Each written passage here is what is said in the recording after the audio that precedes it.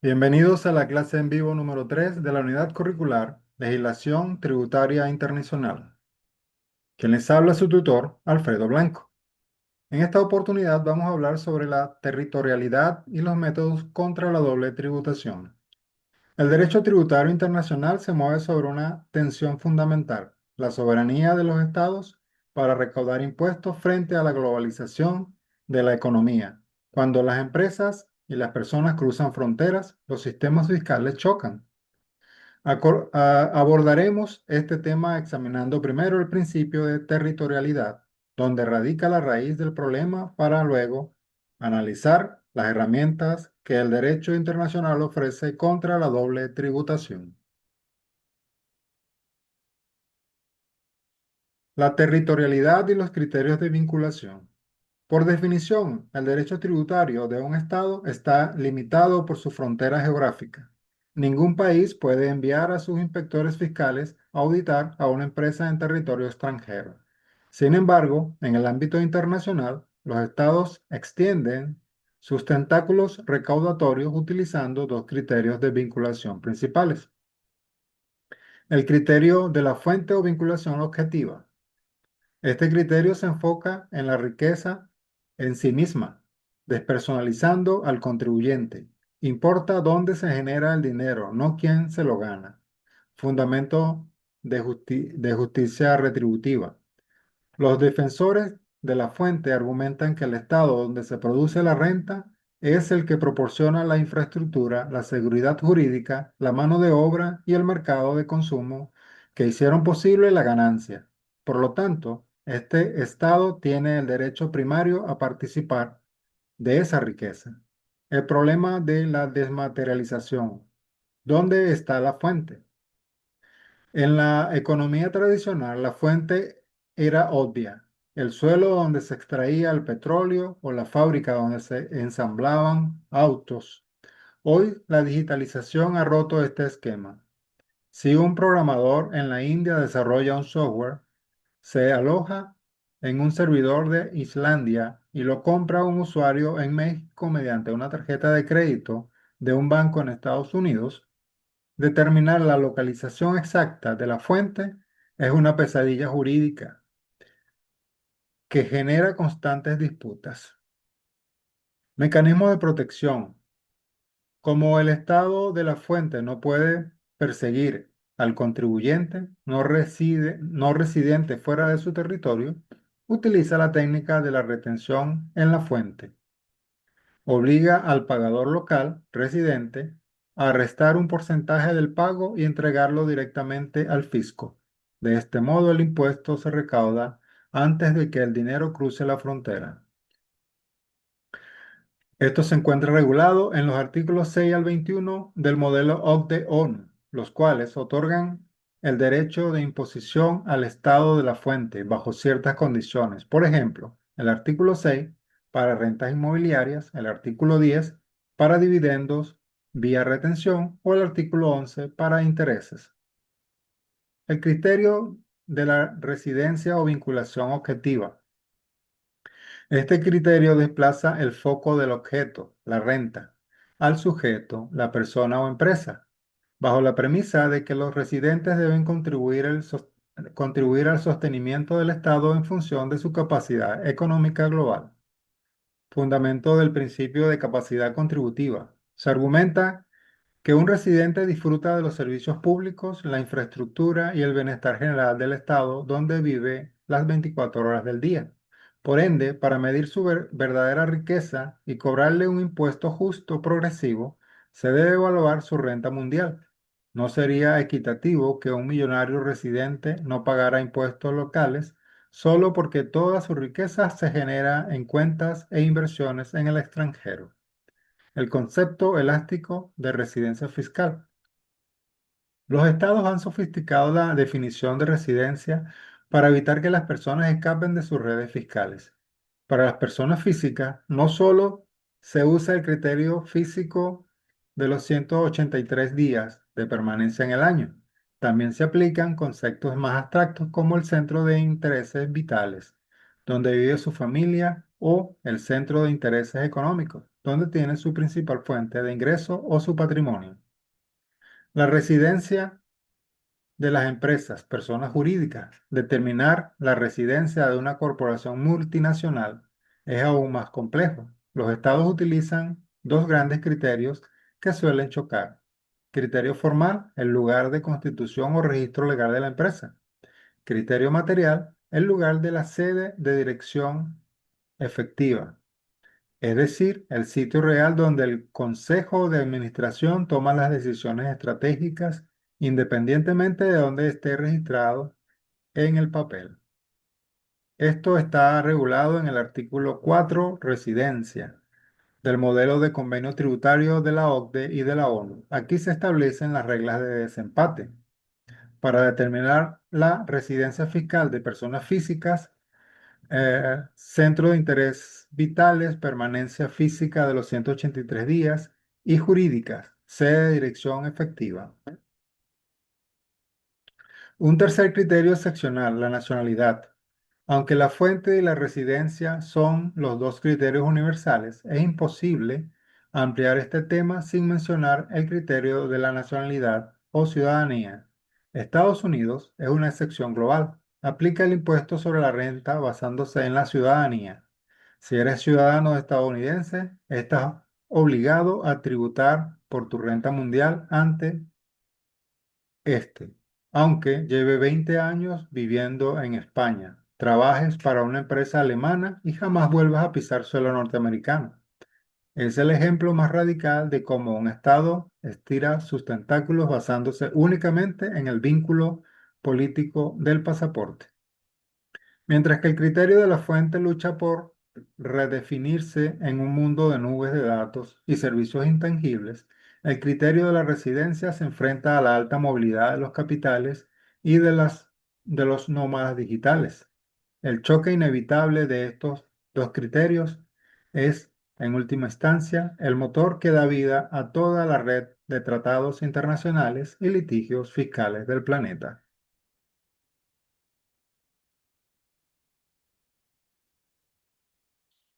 El conflicto, la doble tributación internacional.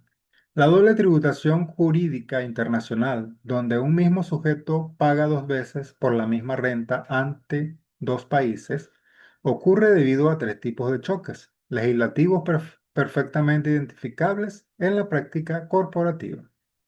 Conflicto residencial versus fuente. Es el escenario que describías. El estado de residencia ejerce su derecho a gravar la renta mundial del contribuyente, mientras que el estado de la fuente ejerce su derecho a gravar la riqueza generada dentro de sus fronteras geográficas. Conflicto residencia versus residencia. Ocurre cuando ambos estados consideran a la misma persona o empresa como residente bajo sus leyes internas.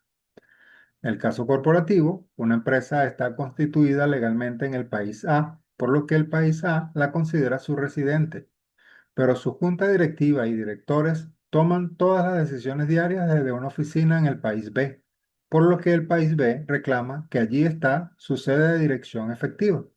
Ambos países le exigirán impuestos por su renta mundial. Conflicto fuente versus fuente. Se genera cuando dos estados interpretan que una misma renta se originó en su territorio. Esto es habitual en operaciones de comercio electrónico o servicios complejos de consultoría internacional, donde el país A reclama la fuente porque allí está el servidor que procesa la información y el país B la reclama porque allí está el cliente que utiliza y paga el servicio.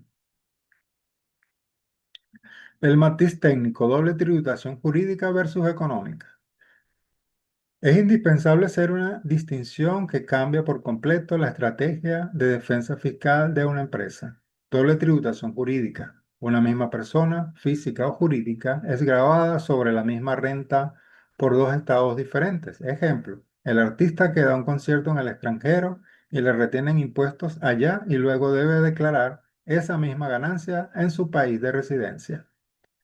Doble tributación económica. Dos personas diferentes son gravadas por la misma renta en dos estados diferentes. El escenario clásico es el de una filial. La empresa filial paga el impuesto de sociedades en el país donde opera, país B, y cuando envía las ganancias en forma de dividendos a la empresa matriz en el país A, esa matriz vuelve a pagar impuestos por el mismo dinero. El dinero es el mismo, pero los sujetos jurídicos cambian. Esto está normado en el artículo 5 del modelo de convenio de la OCDE y de la ONU. Este artículo define legalmente qué constituye una persona física suficiente, sucursales, oficinas, fábricas o eh, el estado de permanencia de agencias mediante agentes dependientes para que el estado de la fuente pueda gravar las actividades de una empresa extranjera. Las dos vías de escapes, medidas unilaterales versus convencionales. Para que la doble imposición no actúe como un arancel prohibitivo que destruya las inversiones transfronterizas, los estados operan bajo los dos niveles de soluciones. A. Medidas unilaterales. Son las soluciones que un estado introduce directamente en su propia ley de impuesto, como la ley de impuestos sobre la renta local, sin necesidad de negociar con nadie más. Un país que aplica el principio de renta mundial decide, por iniciativa propia, aliviar a sus contribuyentes permitiéndoles restar lo que ya pagaron afuera. Si bien son útiles, tienen una debilidad. El Estado que redacta la ley local define los límites y requisitos a su antojo, lo que deja al contribuyente expuesto a cambios políticos internos repentinos.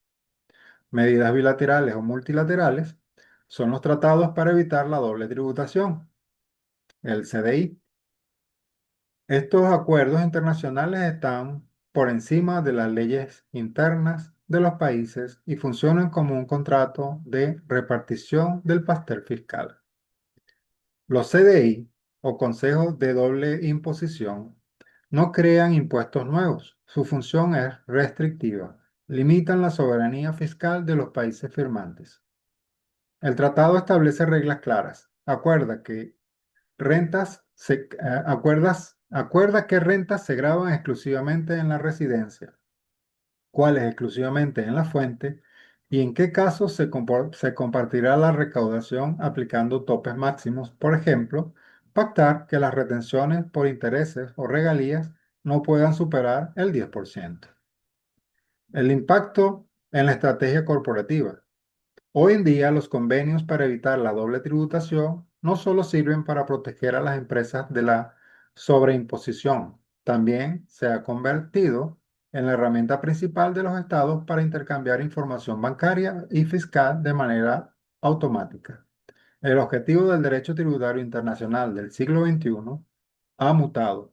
Ya no es solo evitar que se pague dos veces, sino garantizar que mediante la cooperación las multinacionales paguen al menos una vez en el lugar correcto. La base legal que permite a los convenios para evitar la doble tributación, limitar las leyes internas de los países, se sustenta en el artículo 27 de la Convención de Viena sobre el Derecho de los Tratados, 1969, el cual consagra el principio de que un Estado no puede invocar las disposiciones de su derecho interno como justificación del incumplimiento de un tratado.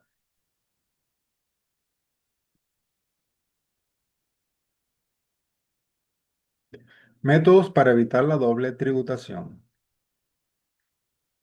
Para neutralizar la doble imposición, las legislaciones internas y los convenios internacionales, siguiendo los modelos de OCDE y la ONU, recurren a dos metodologías esenciales, el método de exención y el método de imputación. Método de exención, artículo 23A del modelo OCDE.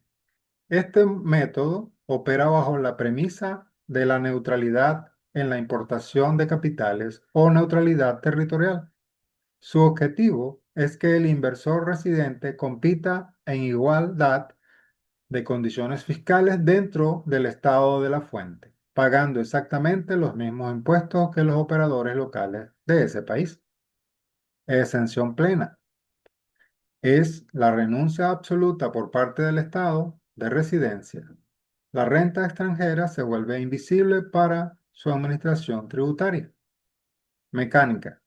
Si un residente del país A obtiene una renta local de $100.000 y una renta en el país B de $50.000, el país A calcula el impuesto basándose única y exclusivamente en los $100.000. Efecto. Favorece enormemente al contribuyente si el estado de la fuente tiene una carga fiscal muy baja o nula, como un paraíso fiscal, ya que esa renta no sufrirá ninguna imposición complementaria al ser repatriada. Exención con progresividad. Es la variante técnica estándar incorporada en la mayoría de los tratados internacionales. Evita que la exención destruya la equidad del impuesto progresivo sobre la renta. Mecánica. Tomemos el mismo ejemplo anterior. El contribuyente declara su renta mundial total, $150.000, ante el país A. El país A calcula qué porcentaje o tarifa le correspondería pagar a alguien que gana $150.000. Supongamos que es un tipo impositivo del 25%, debido a la progresividad de las tablas, mientras que para $100.000 sería solo el 15%. Una vez determinado ese tipo del 25%, el país A lo aplica únicamente sobre la renta local, $100.000. Fórmula de tipo medio de gravamen. Tipo impositivo aplicado es igual al impuesto teórico sobre la renta mundial total. Efecto. El estado de residencia no recauda sobre la renta extranjera, pero evita que el contribuyente se beneficie artificialmente bajando de tramo en la escala progresiva de su país, por el simple hecho de haber fragmentado sus ingresos internacionalmente. Método de imputación o crédito fiscal, artículo 23b del modelo OCDE. Este método se rige por el principio de neutralidad en la exportación de capitales. Busca que el contribuyente le dé exactamente igual invertir en su propio país o en el extranjero, ya que la carga fiscal final total siempre equivaldrá a la que dicte su estado de residencia. Imputación integral. El estado de residencia asume el costo total de las decisiones fiscales de otros países. Mecánica. El estado de residencia calcula el impuesto sobre la renta mundial, luego resta el 100% de lo pagado en el extranjero.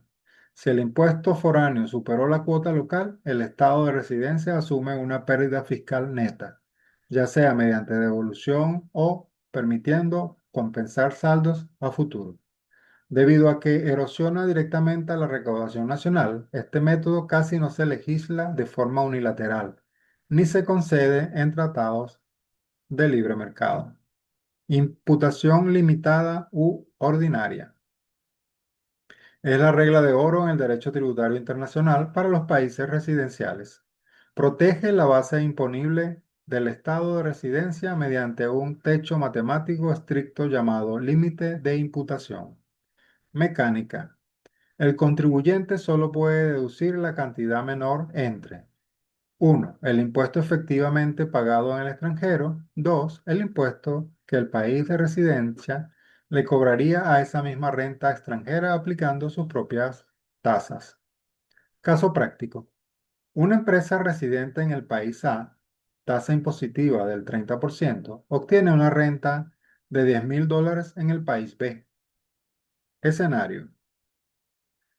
País B es de baja tributación, tasa 10%. El impuesto pagado en el extranjero es de $1.000. El impuesto teórico en el país A sobre esa renta sería de $3.000. Como el impuesto extranjero de $1.000 es menor al límite de $3.000, se deduce por completo. La empresa paga $1.000 en el país B y los $2.000 restantes en el país A. Carga total, $3.000, un 30%. Escenario 2. País B es de alta tributación, tasa 40%. El impuesto pagado en el extranjero es de $4.000. El límite de deducción en el país A sigue siendo de $3.000. el contribuyente solo puede restar $3.000 en su declaración del país A. Los $1.000 de exceso pagados en el extranjero se convierten en un costo hundido, gasto no deducible, a menos que el convenio de doble imposición o la ley interna permitan arrastrar ese saldo para ejercicios fiscales futuros. Carga total, $4.000, un 40%. Cláusulas especiales en tratados. En las negociaciones de convenio entre países desarrollados, exportadores de capital y países en desarrollo receptores, el método de imputación ordinaria genera una distorsión geopolítica. Si un país en desarrollo ofrece una exoneración fiscal del 0% para atraer inversión extranjera a su suelo, la imputación ordinaria anula por completo el incentivo. El inversionista paga 0% en la fuente, pero al declarar su renta mundial en su país de residencia, este último le cobrará el 100% del impuesto local, absorbiendo para sí el sacrificio fiscal que hizo el país en desarrollo. Para corregir esto, el modelo de la ONU y diversos convenios de doble imposición bilaterales incorporan la cláusula de tax sparing, crédito por impuestos ficticios. Bajo esta regla, el Estado de residencia se compromete a permitir la deducción del impuesto que el Estado de la fuente habría cobrado si no existiera el incentivo de desarrollo. Así, el beneficio de la exención fiscal se queda verdaderamente en el bolsillo del inversor internacional y no en las arcas del fisco de su país de origen.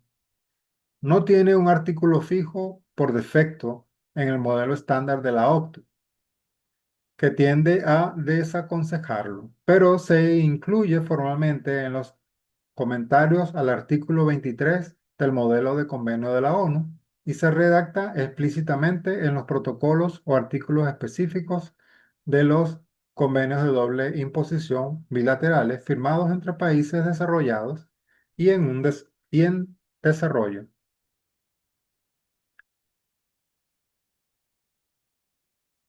La tendencia actual, el escenario BEPS. Para concluir nuestro análisis de la territorialidad del derecho tributario internacional y los métodos para evitar la doble tributación internacional, debemos profundizar en el impacto del proyecto BEPS y su evolución posterior. Más que una reforma superficial, nos encontramos ante una transformación estructural que está reescribiendo los conceptos de soberanía y nexo fiscal tras casi un siglo de vigencia. El origen del quiebre. Los convenios para evitar la doble tributación tradicionales se basaban en un concepto analógico, el establecimiento permanente. Para que el Estado de la fuente pudiera cobrarle impuestos a una empresa extranjera, se requería una presencia física tangible, una oficina, una sucursal o una fábrica. Las empresas tecnológicas como Google, Apple, Amazon o Meta rompieron este paradigma. Al digitalizar sus operaciones, descubrieron que podían generar miles de millones de dólares en ingresos dentro de un país, sin activar la definición legal de un establecimiento permanente. Un servidor en Irlanda o un algoritmo en la nube les permitía vender publicidad, software o procesar datos en España, México o Colombia con una presencia física igual a cero. Esto abrió la puerta a la doble no tributación mediante sofisticadas estructuras de planificación fiscal conocidas como el doble irlandés o el sándwich holandés. Las multinacionales trasladaban sus beneficios intangibles, como las patentes o la propiedad intelectual, a jurisdicciones de nula o baja imposición, paraísos fiscales. El resultado, las ganancias se erosionaban en los países con alta tributación y terminaban acumulándose en islas fiscales donde no pagaban prácticamente nada. El Plan BEPS y la revolución de los dos pilares.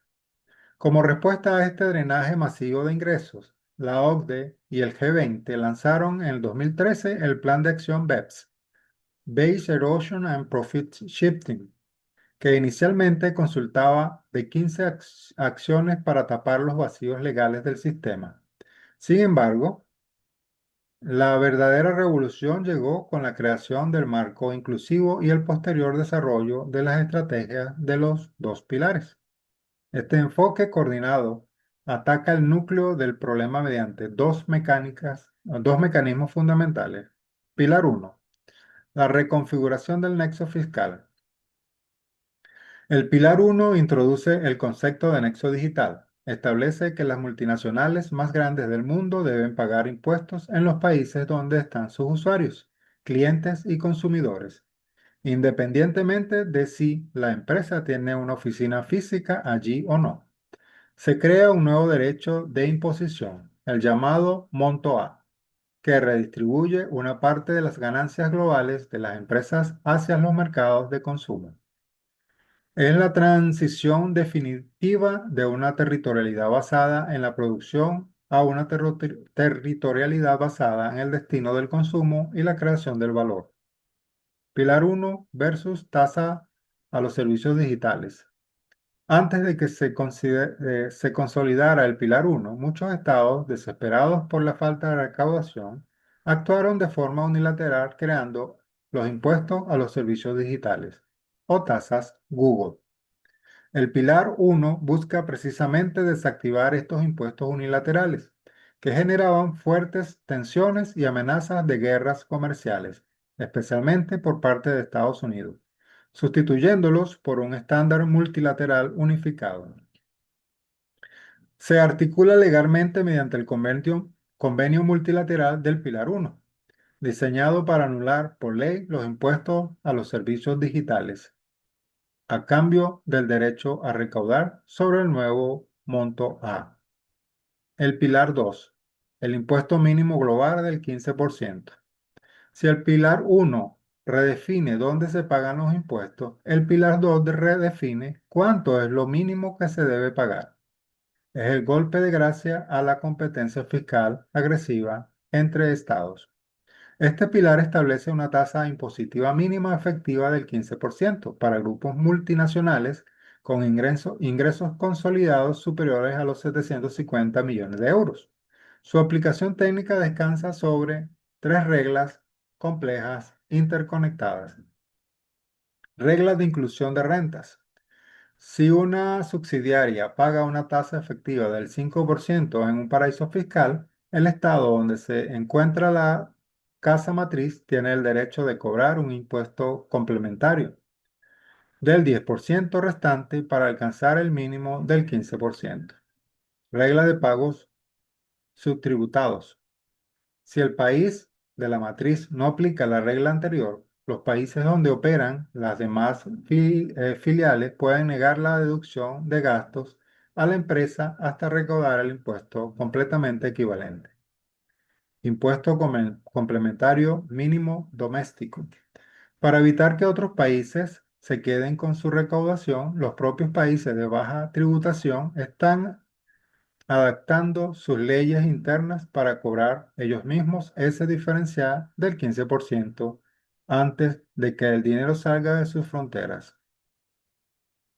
La normativa del Pilar 2, impuesto mínimo global. La base legal que aplican los países son las reglas modelo contra la erosión de la base imponible global, reglas GLOBE, publicadas oficialmente por la OCDE, hacia una gobernanza fiscal coordinada. La implementación masiva del Pilar 2 y las reglas del impuesto mínimo global marcan el fin de la era de la territorialidad absoluta. Los estados ya no pueden argumentar que su soberanía les da derecho a fijar tasas del 0% para atraer capitales sin que ello genere consecuencias en el extranjero. Estamos transitando hacia un modelo de multilateralismo fiscal y transparencia automatizada, donde las soberanías se coordinan para establecer un piso financiero común. En este nuevo ecosistema, el éxito de las administraciones tributarias ya no depende del aislamiento de sus fronteras, sino de su capacidad para interoperar datos en tiempo real con el resto de los fiscos del planeta. Con esto hemos llegado al final de nuestra clase en vivo número 3 y esperando que tengan éxito en sus actividades, Se despide de ustedes Alfredo Blanco.